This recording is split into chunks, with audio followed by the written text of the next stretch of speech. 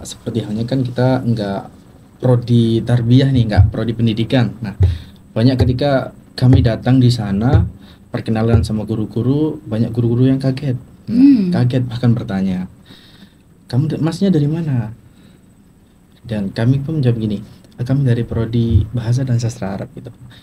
Guru-guru pun bilang, loh mas, dari tarbiyah, kenapa nggak dari pendidikan yang di sini?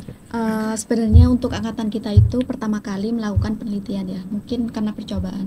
Sebenarnya itu sangat menarik karena benefitnya itu untuk diri kita dan untuk fakultas sangat banyak ya. Nah itu juga penting banget ya teman-teman. Kita tuh nggak cuman pengen dilibatkan, tapi kita juga harus melibatkan diri ketika kita ada di suatu instansi tersebut. Karena nggak jarang juga ada yang sulit untuk menempatkan diri, tapi ketika kita sudah diberi suatu amanah itu, kita juga harus bisa menjalankan itu. Gitu.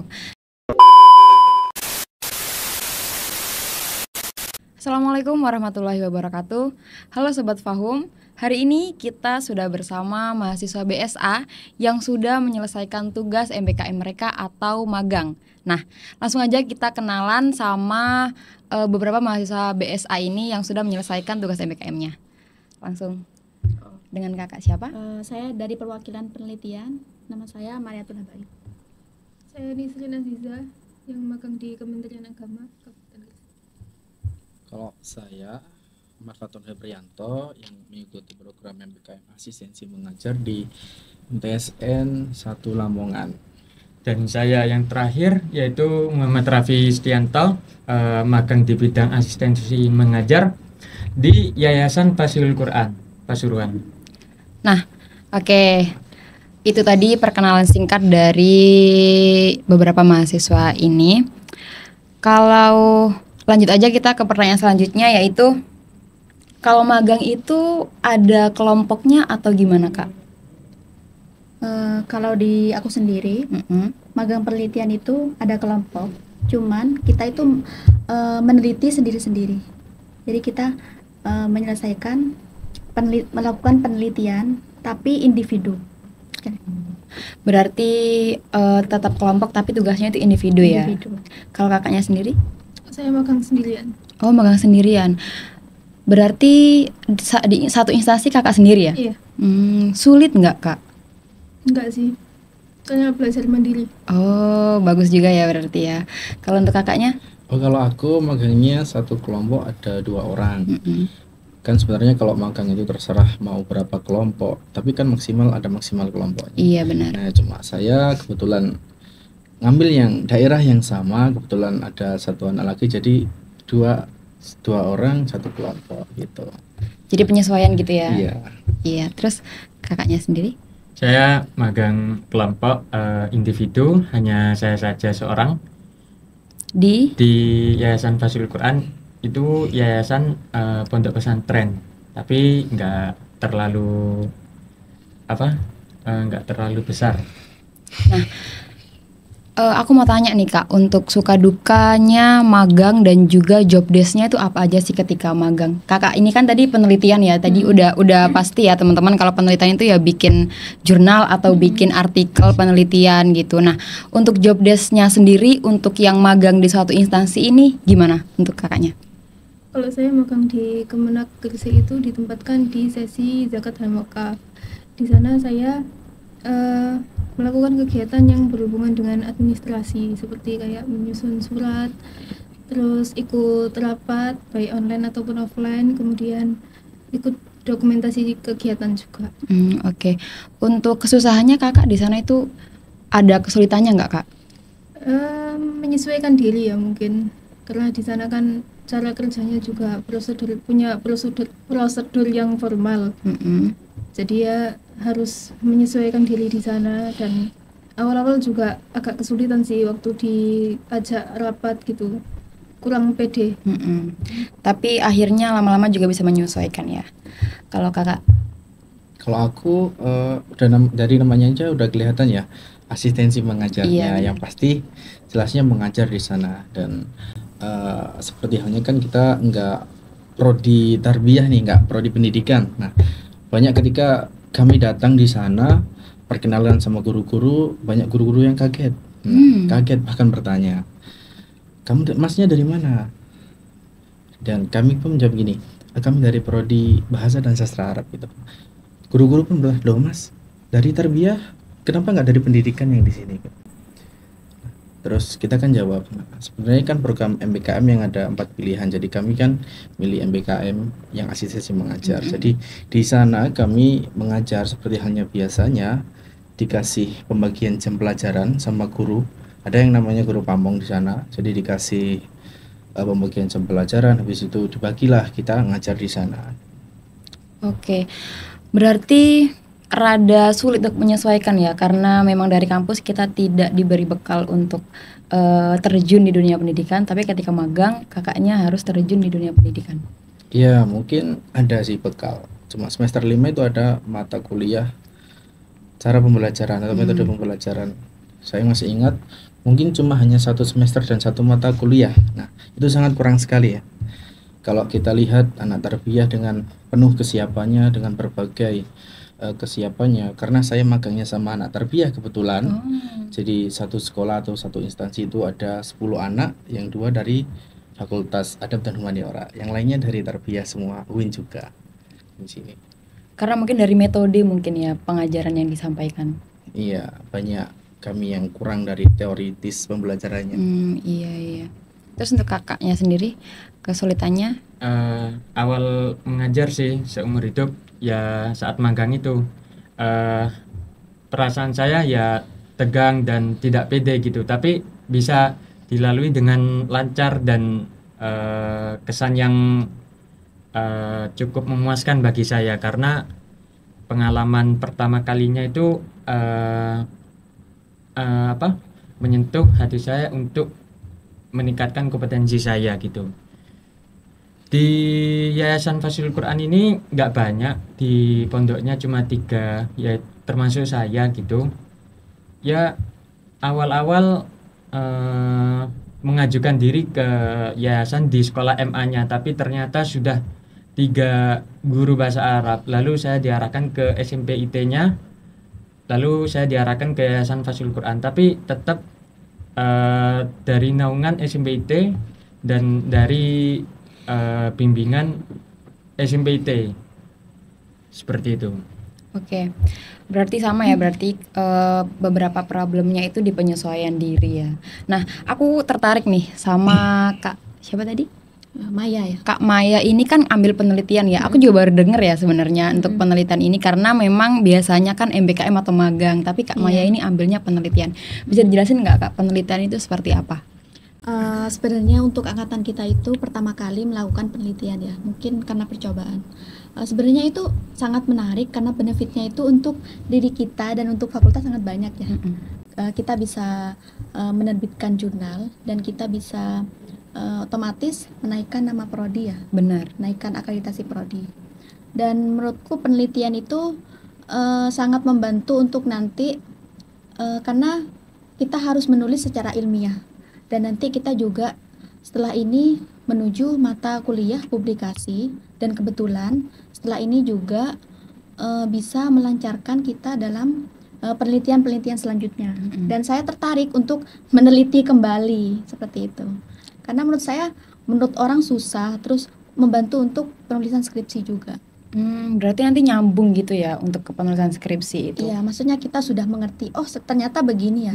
Ternyata tidak sesusah orang tidak sesusah itu prosesnya.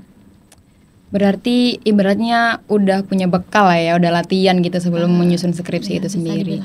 Nah, kalau menurut Kak Maya nih, enakan magang di instansi atau menulis itu sendiri gitu? Karena ada beberapa yang, karena aku lihat tuh ada beberapa orang yang emang enjoy aja gitu magang, dan Kak Maya ini memilih untuk menulis. Itu kembali pada ini masing-masing ya. Karena kan setiap individu itu misal Mas Faton tadi, karena kan memang lokasinya di Lamongan, dan saya sendiri penelitian itu juga kesulitannya kami itu harus siap ke tempat-tempat pembina atau melakukan wawancara untuk mengambil data, dan kita harus siap menganalisis data tersebut. Terus istilahnya kita capek fisik dan capek otak. Iya benar-benar. 2 kali berarti ya capeknya. Iya. Tapi nggak apa-apa karena itu nanti juga akan berbuah yang manis untuk Iya. kedepannya untuk perjalanan kalian selanjutnya gitu. Nah, selain problem di dalam instansi itu sendiri, ada nggak problem yang muncul dari diri kalian sendiri gitu? Misalkan sedih ketika magangnya capek atau ada tuntutan lain dari kampus gitu.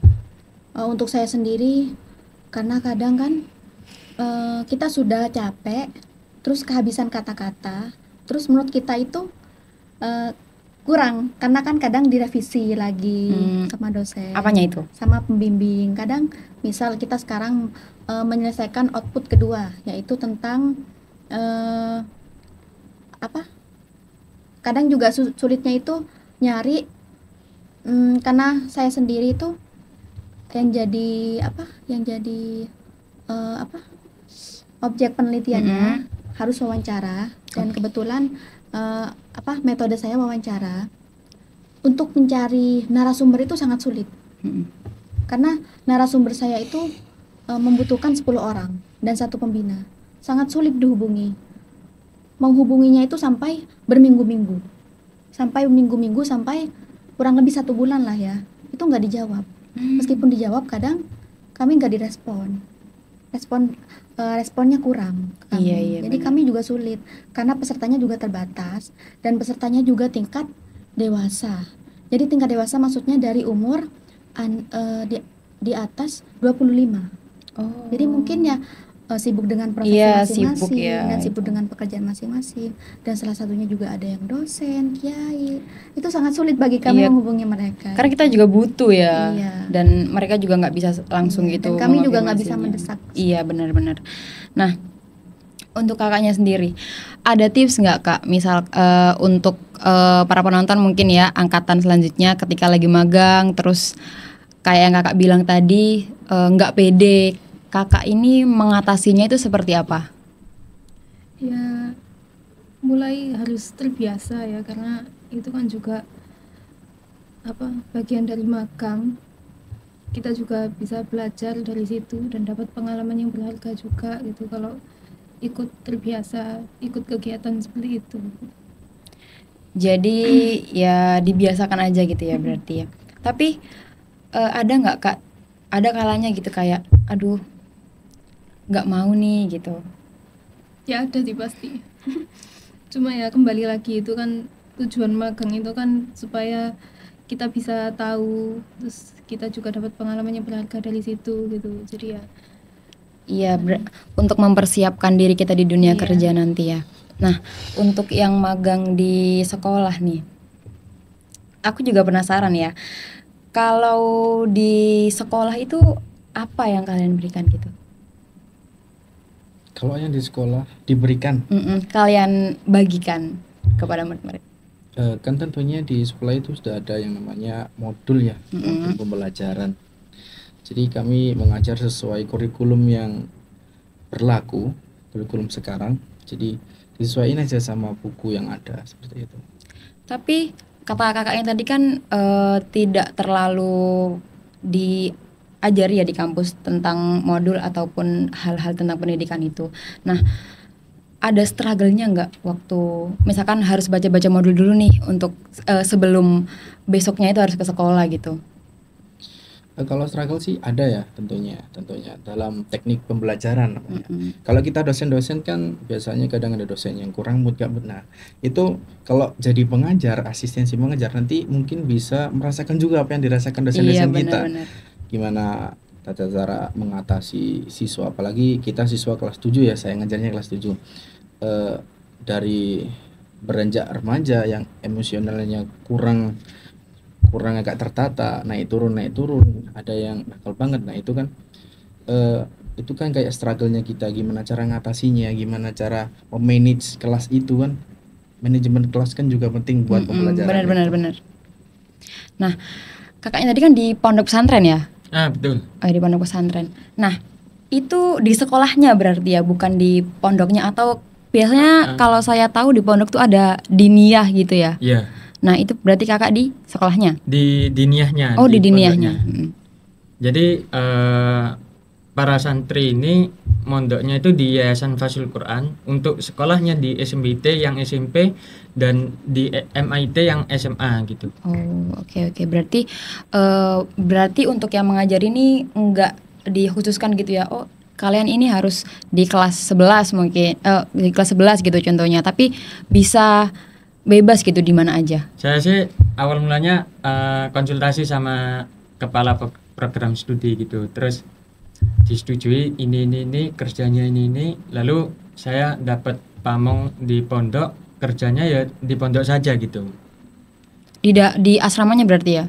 Awal setengah masa di asrama, setengah berikutnya pulang pergi, Oh, kenapa itu kok pulang pergi, Kak? karena gejolak penyakit psikis saya, dada atau jantung sering sesak atau cekot-cekot Oh, gitu. iya iya iya. Nah, kita kan udah ngomongin tentang kesulitan ya, kesulitan ketika mau magang. Nah, aku juga mau tahu nih, ada nggak hal yang bikin kalian senang gitu ketika menjalankan program ini? Kak Maya dulu. Untuk saya sendiri ya karena saya bisa mengupgrade skill ya, terutama untuk penelitian, karena saya suka menulis dan kebetulan bisa mengupgrade untuk selanjutnya. Jadi saya tertarik untuk meneliti kembali nih. Ketika selesai ini. Ketika selesai saya pengen meneliti lagi. Oh, oke oke. Nah, untuk Kak Maya ini kan suka nulis ya. Kak Maya itu suka nulis yang seperti apa sih? Kalau untuk ilmiah ya, Mm-mm. kalau untuk ilmiah kurang tertarik ya awalnya. Tapi ternyata kemudian tertarik karena memang kita itu butuh untuk menulis jurnal, butuh untuk istilahnya ketika orang meninggal dia itu akan dikenal oleh tulisannya. Oh begitu. iya iya benar ya. Karena Jadi sekarang kan kalau novel itu kurang ya, karena Iya. banyak kayak banyak film, fiksinya. Sekarang novel tuh kurang tertarik, orang-orang kurang tertarik. Oh iya, karena banyak film tadi ya, diangkat ke film juga akhirnya, iya benar-benar. Jadi karena awalnya di ilmiah itu enggak terlalu tertarik, tapi karena tuntutan akhirnya tertarik. Iya benar-benar. Kalau dari kakaknya apa? Ada hal yang disenangi nggak ketika magang di Gersik itu tadi? Hal yang disenangi itu mungkin ketika saya selalu dilibatkan ya dalam berbagai kegiatan, jadi nggak cuma duduk nunggu dikasih kerjaan gitu, selalu dilibatkan dalam kegiatan-kegiatan yang mungkin yang sepele kayak membuat surat gitu. Terus juga pegawai-pegawainya di sana juga ramah-ramah, terus membantu, nggak segan buat ditanyai gitu. Nah itu juga penting banget ya teman-teman. Kita tuh nggak cuman pengen dilibatkan, tapi kita juga harus melibatkan diri ketika kita ada di suatu instansi tersebut. Karena nggak jarang juga ada yang sulit untuk menempatkan diri, tapi ketika kita sudah diberi suatu amanah itu, kita juga harus bisa menjalankan itu gitu. Nah untuk yang di sekolah nih, pasti seneng lah ya ketemu banyak anak-anak di SD ya. MTS. Oh MTS, Iya. oh SMP berarti ya. Kalau Iya, SMP tingkatannya.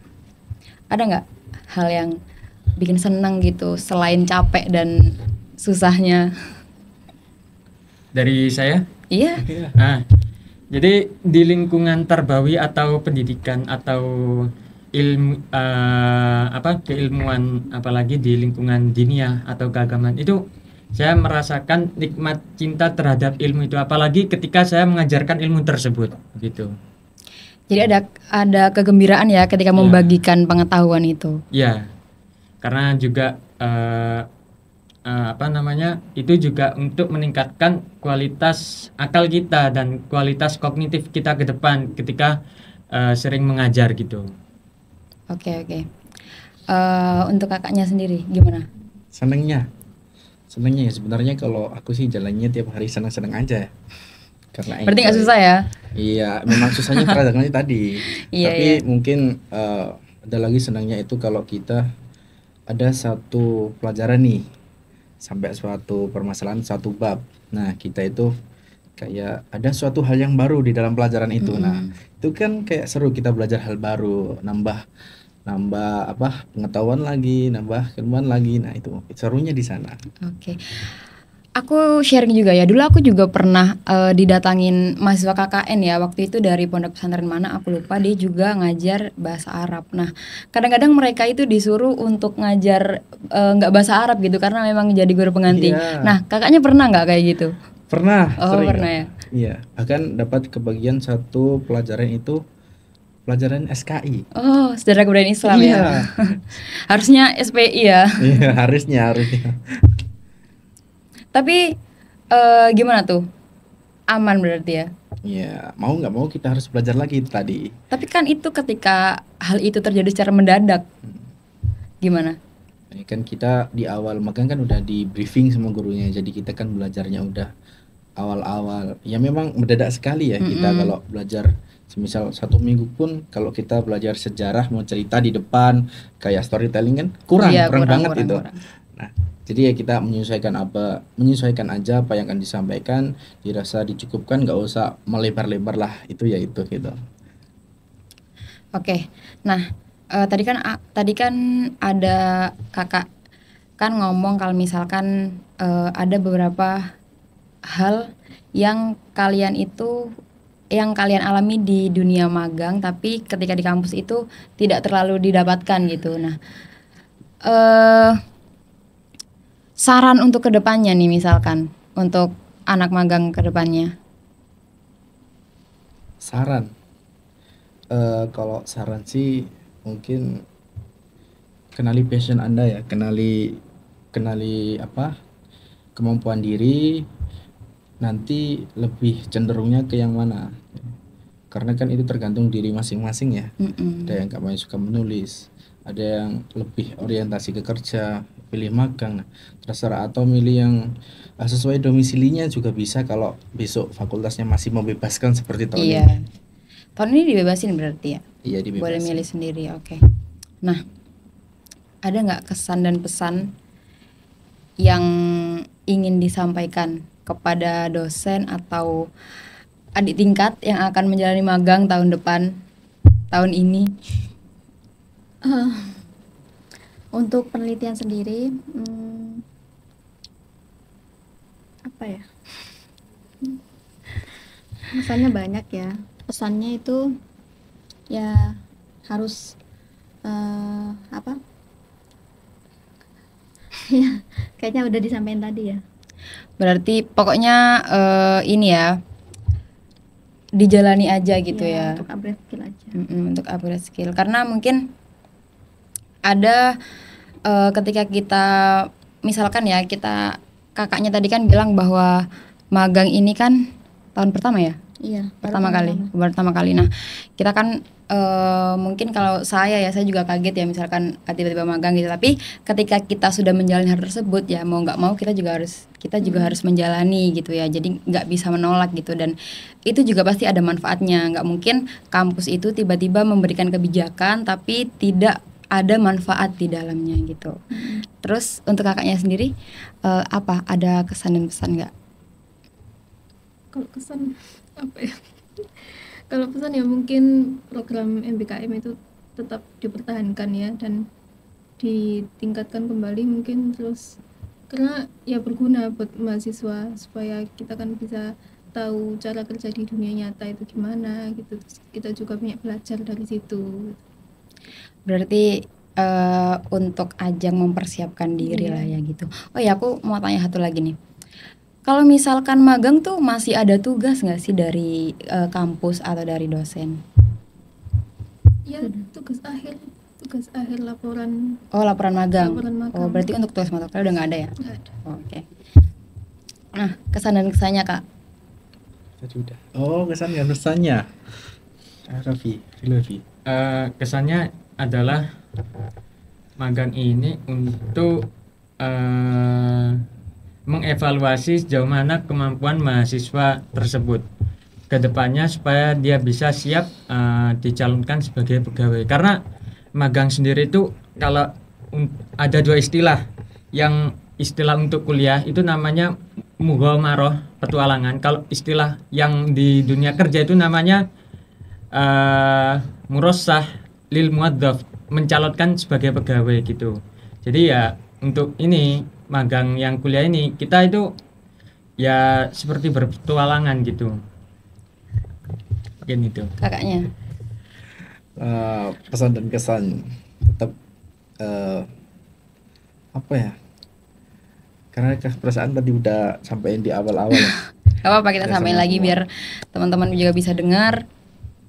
Kesannya sih enjoy, have fun. Kalau saya sih jalaninnya enjoy aja ya, nggak usah terpaksa. Kalau terpaksa ya nanti nggak serak malah bikin stres ya. Iya. Itu pesannya. Kalau kesannya sih luar biasa ini MBKM karena pengalamannya ini mungkin ada yang bersangkut paut dengan dunia kerja. Apalagi kalau ini tuh output pastinya itu kita Iya, dapat benar. menambah yang namanya relasi atau networking. Nah, itu nanti pastinya akan berdampak pada diri kita semua. Oke, intinya berarti kita harus mempersiapkan diri ya dari sekarang. Meskipun di magang itu juga adalah ajang untuk mempersiapkan diri ketika kita nanti itu diterjunkan di dunia kerja, teman-teman. Nah, sangat luar biasa sekali ya apa yang telah disampaikan oleh kakak-kakak yang sudah menjalankan tugas magang ini. Teman-teman juga bisa mengambil pengalaman kakak-kakak ini untuk dijadikan sebagai motivasi di kemudian hari ketika teman-teman udah menjalankan magang ini. Dari Kak Maya tadi penelitian, kemudian kakak ini tadi, kemudian kak ini yang ternyata dia ditugaskan untuk mengajar di MTS padahal sebelumnya tidak pernah mengajar gitu. Nah, itu kan bener-bener sangat luar biasa sekali. Nah, oke, mungkin itu aja ya teman-teman yang bisa disampaikan oleh kakak-kakak yang sudah magang ini. Tapi luar biasa sekali pengalamannya. Semoga apa yang disampaikan ini sangat bermanfaat dan bisa dijadikan pelajaran oleh teman-teman. Amin. Ya, terima kasih kakak-kakak semua. Terima kasih. Assalamualaikum warahmatullahi wabarakatuh.